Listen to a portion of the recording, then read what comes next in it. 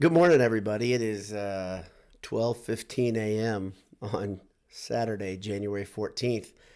I am recording a delayed reaction to Purdue's, I don't want to say cruise to a victory over Nebraska, but the win over Nebraska last night in Mackey Arena. The new look Boilers wore some anthracite uniforms that people actually liked this time. The old gray uniforms weren't very big fan favorite, but based on the reaction on Twitter and the uniform reveal, Purdue fans like these. I'll talk about the uniforms. I'll talk about the victory. But first, before I do it, let me thank our sponsors. Thanks to Martin Vintage. Head over to martinvintage.com. Get a t-shirt, get a sweatshirt, get a classic Purdue look. And when you do, if you enter Boiled at checkout, you get 15% off. It's a killer deal. It's a nice product, and it's a Purdue family. Support them. They make really nice stuff. And then when you're on campus next time, the next home game, go over to AJ's. AJ's on Vine. And I see my pal Handel Jones is here. Head over to AJ's on Vine. Get a burger, get a beef, get a beer. Get some funnel cake sticks, not fries. I almost said it again. Funnel cake sticks. And enjoy the televisions, a lot of good stuff, great staff there. My pal Adam's there. And you'll leave with a big smile on your face if you order ahead. Eatajs.com if that's your sort of thing. And it'll be ready when you get there. So, Purdue improves to 16-1 on the season. That's a big deal. That's it ties the best start in the history of the program. That's pretty good. So if they win the next game, it'll be the best start in program history. If you like history and you like the fact that if you think this Purdue team looks pretty good, well, they do. It's not your imagination. It's pretty special to do what this team is doing. They're, of course, third in America. That's also special if you like that sort of thing, if rankings are your thing. Or if you just look at them as an indicator of other things that are going on. Being third in America is a good thing. The weird thing is the computers like Purdue a lot more about a month and a half ago. Now Purdue keeps winning. Teams like UConn have slipped on the banana peel a couple times, and UConn now has 3 losses, but somehow is ahead of Purdue in the Ken Palm. No matter. It all comes down to the algorithm of who's winning, who's not. Big Ten right now is beating itself up, kind of infighting itself to death. Michigan State, who was right behind Purdue in the standings, lost to Illinois tonight. Illinois, of course, was floundering about without any direction or without any identity other than they were having problems figuring out who they were, according to their coach, has now figured some things out. And I think that's an addition by subtraction, if I'm understanding correctly. I think they're down a player who is taking some time off or getting ready to transfer. I really don't understand, don't care. But that team is mainly composed or comprised of I think they have 4 or 5 transfers. That's going to happen. We have a bunch of guys that don't know each other very well, haven't been together very long. Sometimes it takes them a bit to understand what's the deal, and it's hard to get all those personalities to mesh. Purdue, conversely, is a team that has a lot of key parts that are young and haven't known each other a long time. But damn it, they are a focus group. If you look at Lawyer and Smith specifically, these guys, I don't like listening to Ken Bardo speak as a rule, but Bardo had a great point, and I think it's a great point, and it's a simple point, but he said, I don't know what Matt Painter's done to get these 2 freshmen to not understand what they are, but these guys play like juniors, not like freshmen. That's a great point. Those guys play poised, and one of the biggest things, if you've been watching Purdue interviews leading into this game, Lawyer talked about playing basketball with amnesia, which was a funny interview. I don't know if you saw it. My pal Handel might appreciate this because he's a smart guy. You will appreciate it because you're older than 7 years old. But young people don't know what amnesia means, I guess. And Lawyer did not. His AAU coach or someone told him, play basketball with amnesia. And the thing I liked about the point so much was not that you play basketball with amnesia, meaning forget what you just did if you miss a shot, which is, just kind of moving on. But he said you got to play that way with your teammates as well. And I think this is the greatest point that I heard all week.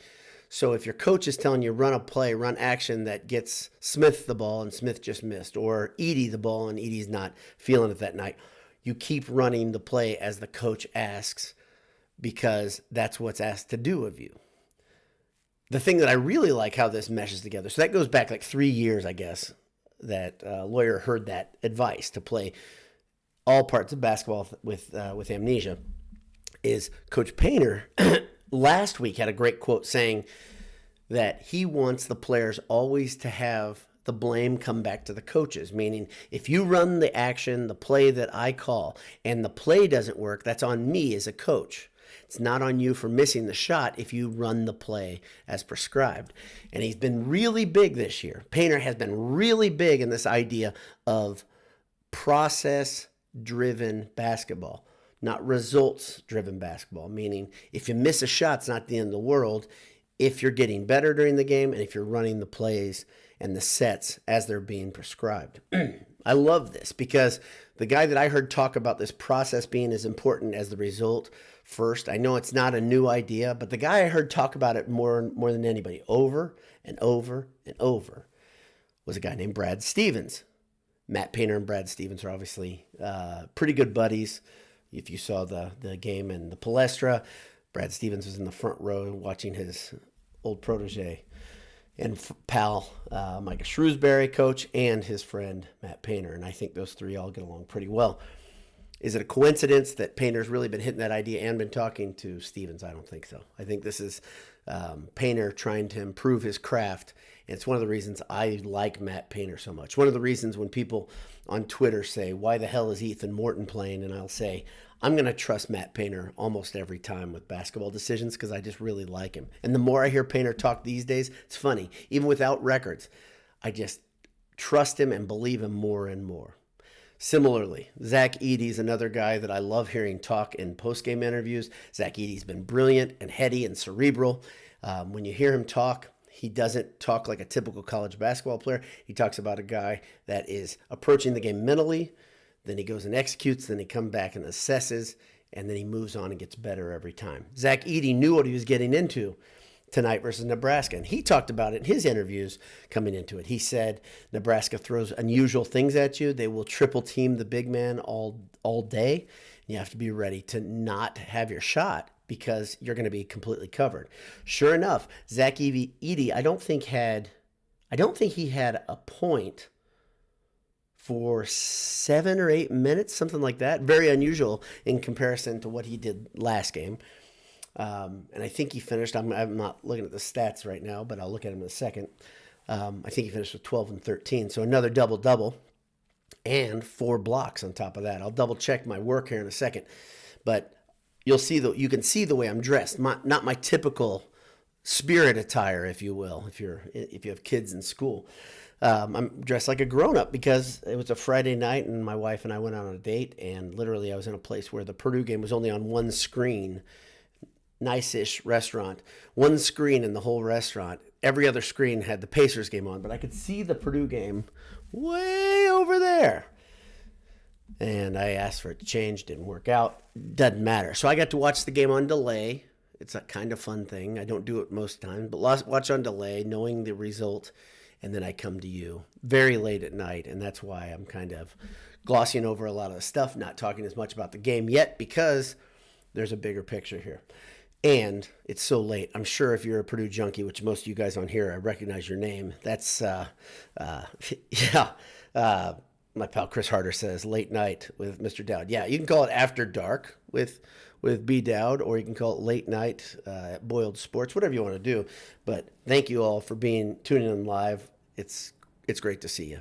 It's great to see you. You look great, especially for this late at night. But I'm wearing a collared shirt. I don't look very good in collared shirts because my massively wide neck. But still somewhat grown up, even though I'm wearing a hoodie. It's a kind of a fancy hoodie. It has no logos on it. Anyway, so like I said, Purdue improves 16-1. Nebraska does not run a fun offense. They're not a very productive team, especially without Logan Paul, whichever Paul brother is that plays for Nebraska. I'm kidding. It's the guy who looks like a German. He was out, and another player on Nebraska's out. It doesn't really matter. It doesn't change anything for me. I've watched Nebraska play enough that I'm like, yeah, they're not a very fun team to watch play. They do play a stifling style of defense. Purdue handled it very well. They knew what they were getting into, and the biggest thing, the biggest takeaway that I had was I don't think Purdue was finding the right guys out of those double and triple teams. So they would try to seek the easiest way out, which is what you're going to do when you get that much pressure on you. And Purdue often would throw it to the guy that had an easier angle. The Nebraska player had an easier angle to get on that shooter, and Purdue did not make Nebraska pay very much. The only guy who was making them pay, of course, was Fletch. Fletch Lawyer finished with like 27 points. I'm going to look at that in a second. I think he was 50% from three. I think he was 6 for 12. He had the dagger at the end of the game. The game was already out of hand. But if it wasn't for Lawyer and Edey starting the game playing pretty well on offense, it could have been just an absolutely disgusting game to watch. Because Nebraska was averaging well under point a minute until about the 15-minute mark. If I remember correctly, they had like 9 or 12 points 15 minutes into the game. Really ugly brand of basketball. And Purdue wasn't much better. I think that at that point they were up by 7 or 8 points, and Nebraska hung around. They were down by like 6 or something like that at the half. And the only reason they were up, honestly, was because Edey found a little bit of a groove there late in the first half, and Lawyer started the game white hot. He had 3 3-pointers in the first 5.5 minutes, so he had 9 points. So a running start to that 27-point game, which he was the leading scorer, of course, for Purdue. And there were some errors or some bad things, but every Big Ten game is delicious. And to win by, I don't want to say easy margin, but to win in a comfortable fashion is always a nice thing. Let's talk a little bit about stats. I'll come back to the comments. We'll wrap it up. So, like I said, Purdue, they're 16-1, only the second time in program history after winning 73-55.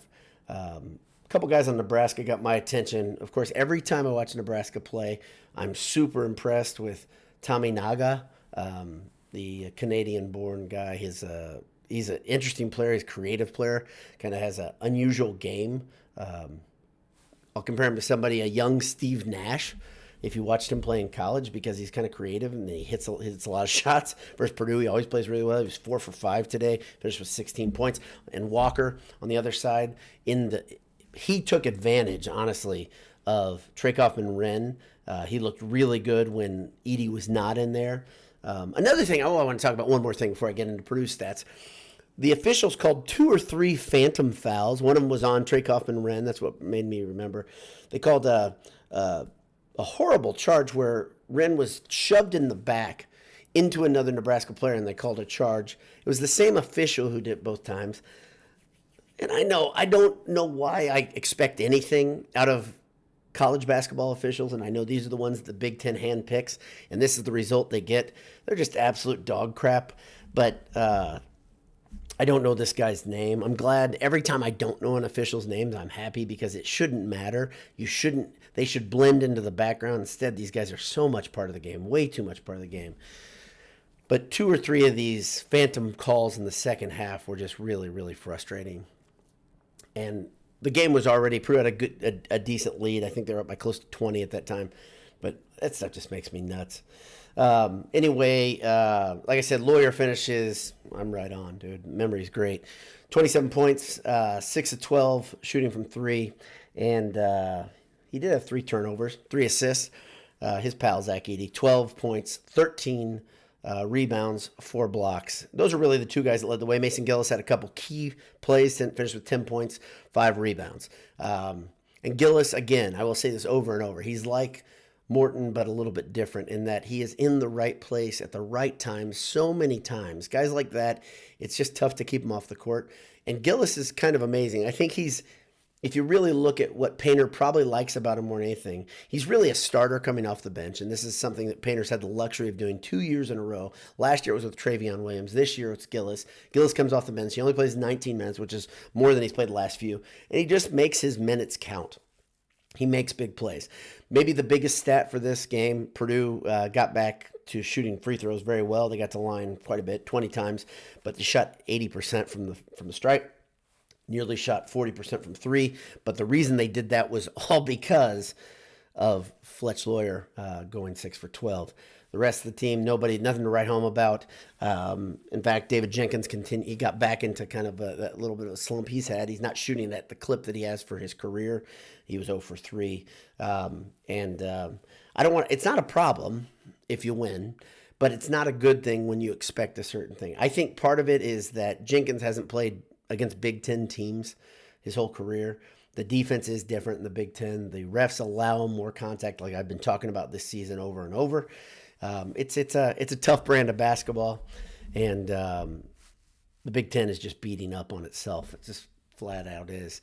Purdue stays atop the Big Ten, of course. They're 5-1 in conference, and a really, really good position, of course, in mid-January.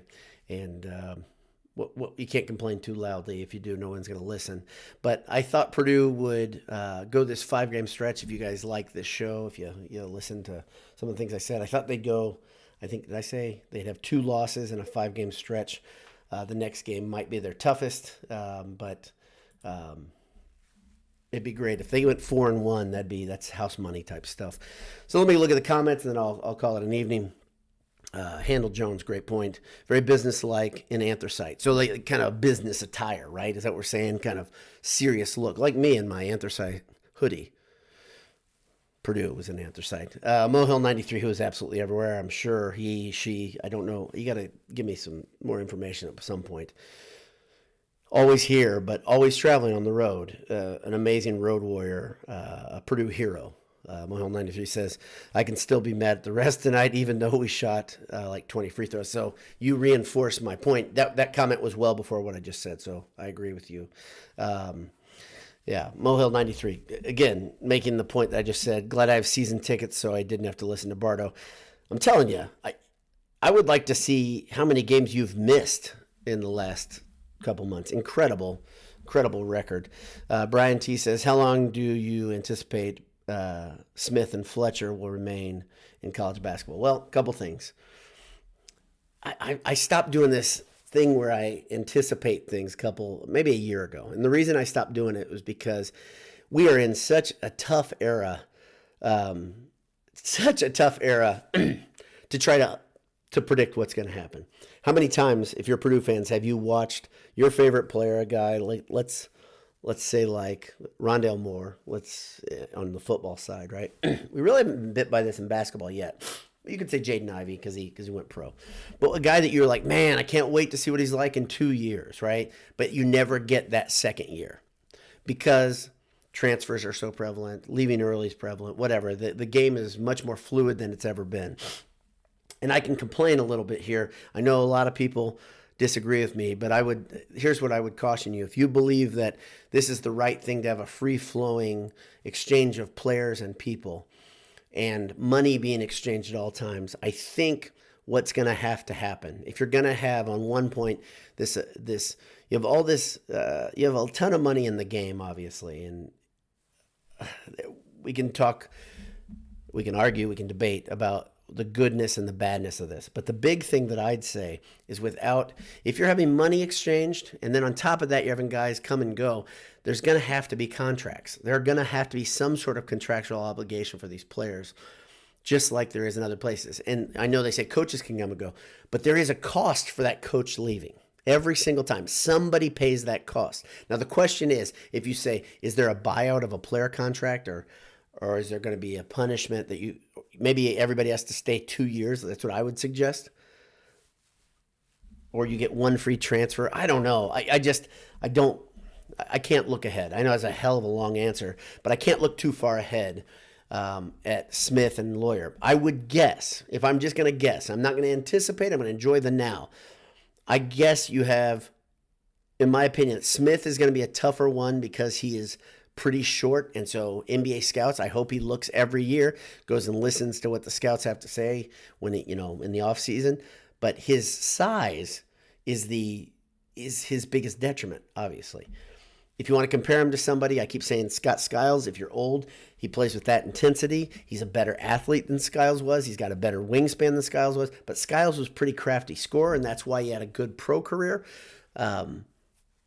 I think it's a decent comparison. I don't know how tall Skiles was. I would guess he's 6 feet tall, and I think Smith is probably 5'10", even though he's listed at 5'11". I'm just guessing. But Smith's arms are a big difference maker. It makes him a completely different type of player because his reach is so long. Makes him be able to play above the rim, literally, which is pretty impressive for a guy of his height. And he's also just a tremendously explosive athlete for a little guy. Mohill 93 says, I think they're here for 4 years. I don't know. I don't know. I don't know. I hope so. Here's the thing. Once a guy commits to Purdue and I like their personality, then I'm like, I want him here forever. I love these guys. I don't want anybody to make a decision that's detrimental to their family or to their way of life. But let's be real honest. There are very, very few examples of that where a guy has a career-ending injury. A lot of guys get injured in sports, but a career ender where you never play a sport again, it's pretty rare, especially in basketball. And I want these guys to play at Purdue as long as I can. I enjoy having them here. Both those guys seem like they're Purdue-type guys. Pretty darn fun to watch them play. And this roster, in general, I love watching these guys play. This has been a fun season developing, and it's going to get better. It's going to get a lot better, I think. Let's see. Rude Dog 22 says 400th career win for Painter. Very good point. It puts him in the top 5 all time in the Big Ten. He's just behind Lou Henson. He's 21 games behind the old Illinois coach, and he'll catch him next season. That's pretty awesome. He'll catch Painter. My son and I think it'll be in 5 years. He'll catch Katie in 5 years because that would be averaging 22 wins a year. That's pretty awesome, and he's still youngish, right? I mean, he's young. People our age, my age, whatever you want to say, Painter looks pretty young. To young people, he seems like he's an old middle-aged guy. But, man, his pace at which he's racking up these wins is pretty noteworthy, especially when you start a season 16-1. Pretty nice. Let's see. Brian T says, Purdue has not given up more than 70 points in any game this year. Excellent point. So refreshing to see defensive effort that we all expect out of Purdue. Purdue is, number one, we are biased. We like defense. Number two, we like effort. And I think defense and rebounding are two really good signs, tangible signs of effort. And this team is back to where it should be. This team plays defense at a high level. Michael Hogg says Monday's game is going to be huge against Sparty, and that's the game that it's a weird game. I think tell me if I'm wrong, I think it's a 2:30 tip-off. Very unusual. I don't understand why. I'm sure there's a good reason. Probably not, but 2:30 tip-off. If you're an adult and you have a job, that's a little bit difficult. If you're like me and you're half adult and you work out of home and you have most of your career, it's not that difficult for you to watch it, but still, very unusual tip-off time. And, it's a huge game for a lot of reasons. And getting Michigan State after a loss is even worse timing. So time for Purdue to put on their big boy pants. We'll see what happens here. Let's see. Mohel 23 says, I've given a clue of my birth year and my... Oh, okay, no way. So Mohel 93 was born in 93. Young person. It's a guy. So young man who travels a lot. That's awesome. Anyway, let's see. One other. I'll get Brock Stepler here. Real simple. Let's go Boilers. I'm going to end it with that. Thanks to, there we go. Michael Hogg. Great point. It's because it's MLK Day. Dagnabbit. So there's probably a lot of basketball on Monday afternoon. I don't like the timing of it. But by the way, I'm still working Monday. So I don't know about everybody else. I do actually work Monday. So just because I have deadlines. Anyway, I will have a television on in my home office studio //. And I hope you get to watch your Boilermakers too. They look to keep atop the Big Ten by themselves. I don't have the standings in front of me, but coming into tonight, they were ahead of Michigan State and somebody else with 2 losses. So hopefully they can keep a stranglehold on the lead regardless. This is a marathon, not a sprint. Painter has referred to this, having these freshmen be such key roles. It's the freshman wall that some of you have talked about in the comments is a real thing, but one thing that they talked about tonight was that these 2 freshmen that play such a significant role for Purdue understand what they're getting into because these guys have been around a lot of basketball. If you can research their families, you'll see what we're talking about. So That's about it. Have a great morning.